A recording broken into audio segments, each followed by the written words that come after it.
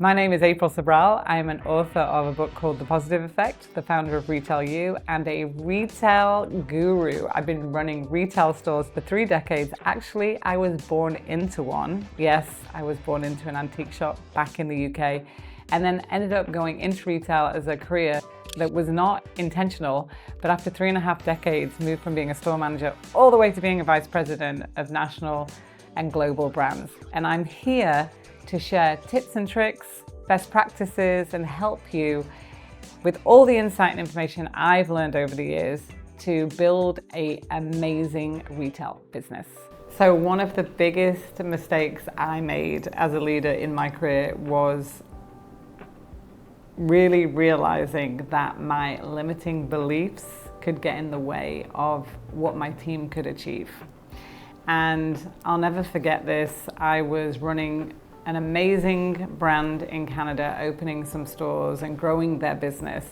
And, I had an amazing boss, we had a great team, and we were planning to have this awesome Black Friday. So if you work in retail, Black Friday is a big deal, right? It's one of the biggest days of the year that we're getting ready for all the time to make sure that we hit the numbers and our customers are happy and everything's going really well. And we were planning for Black Friday, the team and I, and we had this new boss walk in as we were planning for it, because our fantastic boss that we loved had got moved because she was so good at what she did. She got promoted. So our new boss came in and started asking us questions and, trying to figure out what we were doing. And she literally looked at the number that we wanted to hit and said, yeah, that's just not high enough. You gotta raise the goal. So I don't know if that's ever happened to you, where you've been given a goal that you really felt was not achievable, or even if you're a business owner and you're looking at the goal and you're thinking, how am I gonna do this? Right, the mall's not busy, there's not enough traffic, I don't have enough product, or I don't have enough marketing dollars, all the things that can go through your mind when you're thinking about hitting a sales goal that you've never hit before. And so it happens, right? Like, we work in sales and we need to increase our sales on last year. So anyway, in the middle of this meeting, she walks in, she shares that with us and literally leaves the room. And in that moment, all of us literally looked at each other and said, well, there was a lot of things said in that room that shouldn't have been said, basically about our new boss walking in. So, what not to do as a new boss walking in: don't walk into a room of people and ask them to do something that you don't know that they can do. But that's a different story. So I got given the job, the lovely task of going to have this conversation with her and let her know, listen, this number is just not really achievable. Where are you getting it from? Are you pulling it out of the sky? Because it felt like that. So off I go to have this conversation with her, all motivated, geared up from the whole team and giving the number that we think we could hit. And literally walked into her office and she looks at me, stares me right in the face and says, April, if you don't believe it, you won't achieve it. So that didn't go as planned, obviously. So I left that day thinking, well, I think she's out to lunch and I think the number's not right, but she is right in what she's saying. Sometimes people say things to us to push us, to stretch us into a new way of thinking, and we don't even realize it's happening at the time. But that was literally that moment where I had a decision to make. I was either gonna fight her on it and stand my ground, right? And go down the blame game with the rest of my peers and team of people, or I could really listen to what she's saying and think of it as an opportunity to reframe the way I was feeling and thinking about that goal at the time. So I chose the second version of that. So I went home and I figured out what to do, and I changed my mindset and I created a great incentive and chocolate bars and wrapped up these chocolate bars with the new sales goal on it, took it back to the office the next day before everybody got in, put it on the desk and mailed them out to everybody on my team. And literally 4 weeks later, we hit the goal and surpassed it. So what did that teach me? What did I learn from that? Well, number one, my limiting beliefs were getting in the way of what my team could achieve, right? I was basing the goal off what I had previously seen, not what was possible, right? Because the future is not, it hasn't happened yet. Anything's possible. There's unlimited possibilities if we truly believe, right? And then the third one was how we all literally in that moment of being positive and excited and driving towards something got completely deflated by one person that had walked in and said really 2 words. So the power of our words is so important and so impactful. But sometimes, you know, these moments that happen, these learning experiences, they come to shape you and help you, and as long as you grow from them.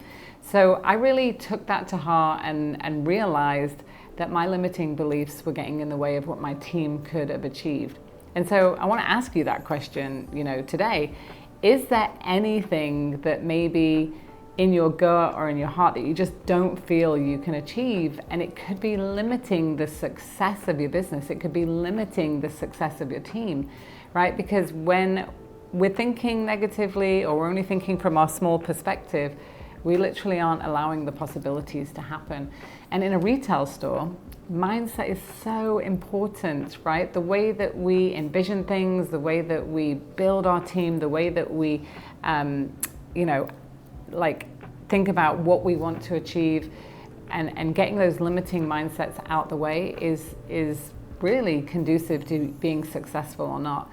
And so I love that about retail. I love that you get to get up every day and create a new story, a new possibility, and a new success, right, by what you do. But again, it starts with you. So 3 things that can help you literally reshape your mindset is, number 1 is just literally releasing the thought that you're having. So for me, I had to release that thought and that idea, that limiting belief that I couldn't achieve the goal, right? Had to release it. And so how do I do that? Well, I literally sat at home that night and journaled it out and thought about every reason why I could do it, right? So I had to release all those negative thoughts.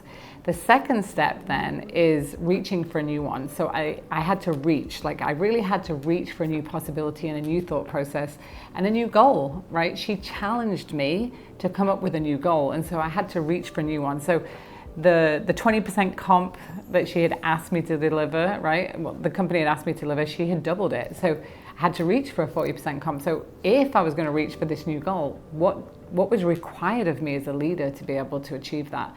And then reframe it. So that's the last part. So reframing is really when you anchor something in a positive way. And in a retail store, you can do that through incentives, competitions. You can do that through positive affirmations, right? Writing things down, writing a vision down, writing a challenge down for you and your team so that you can make it fun and exciting. And those chocolate bars, even though it was very, very simple, and it was a chocolate bar just from a grocery store that I recreated and put like the brand on it and, you know, put the new goal on it, made it a fun way for everybody to get behind it and have positive energy. So I think, you know, retail can be hard, but you can achieve those goals as long as you can believe in those goals. I think over the years of working with people, right, in a retail store is one of the biggest challenges I see, or one of the biggest mistakes leaders make, is literally making assumptions. Assumptions about who people are, what they think, what they know, how they feel, all of that.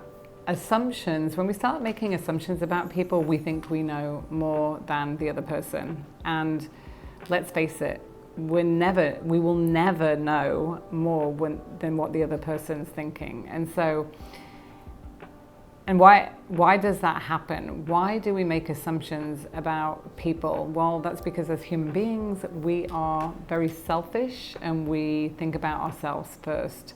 So we're not really interested in what other people think and what other people feel. Now, that might sound really harsh and it might sound really hard for you to hear, but I want you to ask you this question. The last time you took a selfie, when was the last time you took a selfie picture? Probably within the last 24 hours, right? So you took that selfie picture, maybe you were out for dinner with friends, maybe you were in the store with your team, maybe you were with customers, and you took a selfie picture. What was the first thing you did when you took that selfie picture? You probably zoomed in to look at yourself, right? And if you didn't look great, did you post the picture if everybody else did? No, probably not. And that is just goes to prove that what I'm saying is right. Humans are more selfish than anybody else on the planet, and we think about ourselves first. I want you to think about that. I want you to challenge yourself that the next time you take a selfie and you don't look great, but everybody else does, see if you can post it and how you feel about it. That one thing will shift the way that you feel about other people and will take the focus off yourself and put it onto the other people in the picture. That perspective of leading people is so essential to being able to connect with them, because when you connect with people, you get the best out of them. The number one thing that everybody wants on this planet is to be seen, heard, and valued. And that requires you to get yourself out of the way and start to really engage and put the focus on the other person. It's interesting because whenever we do training and workshops, and we do these exercises where you literally cannot use I, me, or mine. When you're communicating with another person, people can't talk. Literally, they can't talk. They don't know what to say because they can't use those words. So, so I would challenge you to think about how selfish are you and how does that reflect on when you're connecting with other people on your team. So going back to the beginning where we started is, if we want to stop assuming, right, we need to start asking. And to start asking, we need to be more interested in the other person than we are in ourselves. We only ever get answers to the questions we ask. So questioning and asking questions is a skill that you must develop in your leadership skills to be able to connect with other people, so it stops you from making assumptions and actually helps you uncover what's going on. Now, when we're training people on customer service, right, and working with customers, we want to ask them questions because we want to uncover their lifestyle needs. We want to know what they like, what they don't like. We want to know everything about them so that we can recommend and suggest items to them that will enhance their lifestyle, right? Like if you're working in a clothing shop or if you're selling flowers, whatever it is, you're asking your customer questions to get to know them. It's the same thing when you're working with people, but for some reason, when we get comfortable with people, we always bring the conversation back to ourselves and we start to make assumptions about what we think we know. So my top tip really is to stop making assumptions, stop thinking that you know what people know, and start asking more questions. Ask 3 more probing questions than you normally would. So what that looks like is when somebody offers you some information, ask them 3 more questions about what they're offering to you to really keep the focus on them. And you're gonna see how people feel when you do that. Literally, I can be on a plane. I play this game all the time where I get on a plane, I sit next to somebody, and I literally ask them questions about everything they're telling me. We get off the plane, they think that I'm their best friend, but they know nothing about me, and it's literally because I help them feel heard, valued, and seen. So keep that in mind. You know, connecting is a skill, and it really is part of engaging with your team. And when you do this, you're going to translate and show them how to do it with your customers.